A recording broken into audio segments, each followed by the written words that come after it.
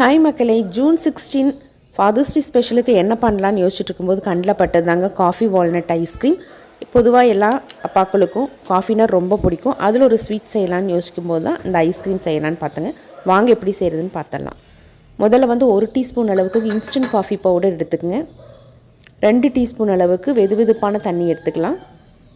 இது ஒரு ஸ்பூன் வச்சு நல்லா அடிச்சுக்கலாம் ஒரு 5 நிமிஷம் வரைக்கும்.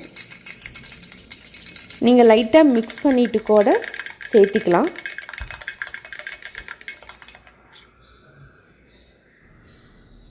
ஃப்ரெஷ் க்ரீம் 1 கப் அளவுக்கு எடுத்துக்கலாம். பீட்ரு வச்சு நல்லா நுர பொங்கி வர வரைக்கும் அடிச்சுக்கலாம்.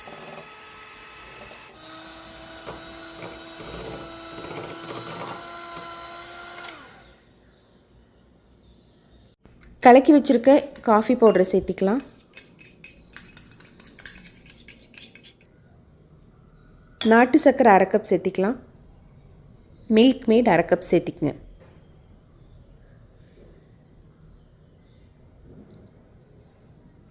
இது எல்லாத்தையும் ஸ்பேச்சுலா இல்லைன்னா ஒரு கரண்டி வச்சு நல்லா மிக்ஸ் பண்ணி விட்டுக்கலாம். நாட்டு சர்க்கரை கரையிற வரைக்கும் மிக்ஸ் பண்ணிக்கங்க. இனி ஒரு பீட்டரை வச்சு 5 நிமிஷம் வரைக்கும் நல்லா விப் பண்ணிக்கங்க.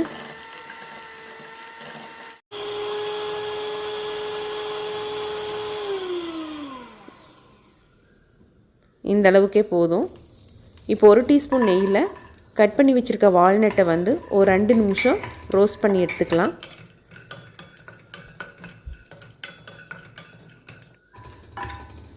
போதும், இது நல்லா ஆறட்டும். இதுக்கப்புறமா நம்ம கலக்கி வச்சுருக்கிற க்ரீமுக்குள்ளே சேர்த்திக்கலாம். இது எல்லாத்தையும் நல்லா மிக்ஸ் பண்ணி விட்டுருங்க.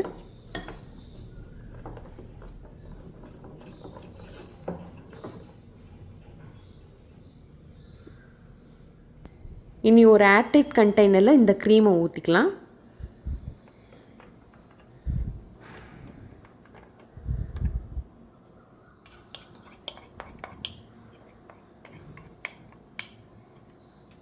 ஐஸ்கிரீம் ரெடி ஆகிறதுக்கு 8 மணி நேரம் இல்லைன்னா ஓவர் நைட் ஃப்ரிட்ஜில் ஃப்ரீஸ் பண்ணிடுங்க. அவ்வளோதாங்க, ரெடி ஆயிடுச்சு. இனி நம்ம சர்வ் பண்ணிட வேண்டியதான். எங்கிட்ட ஸ்கூப் இல்லாதனால நான் கரண்டியில் நெய் தடவிட்டு எடுத்திருக்கேன். அது ஈஸியாக உங்களுக்கு வரும்.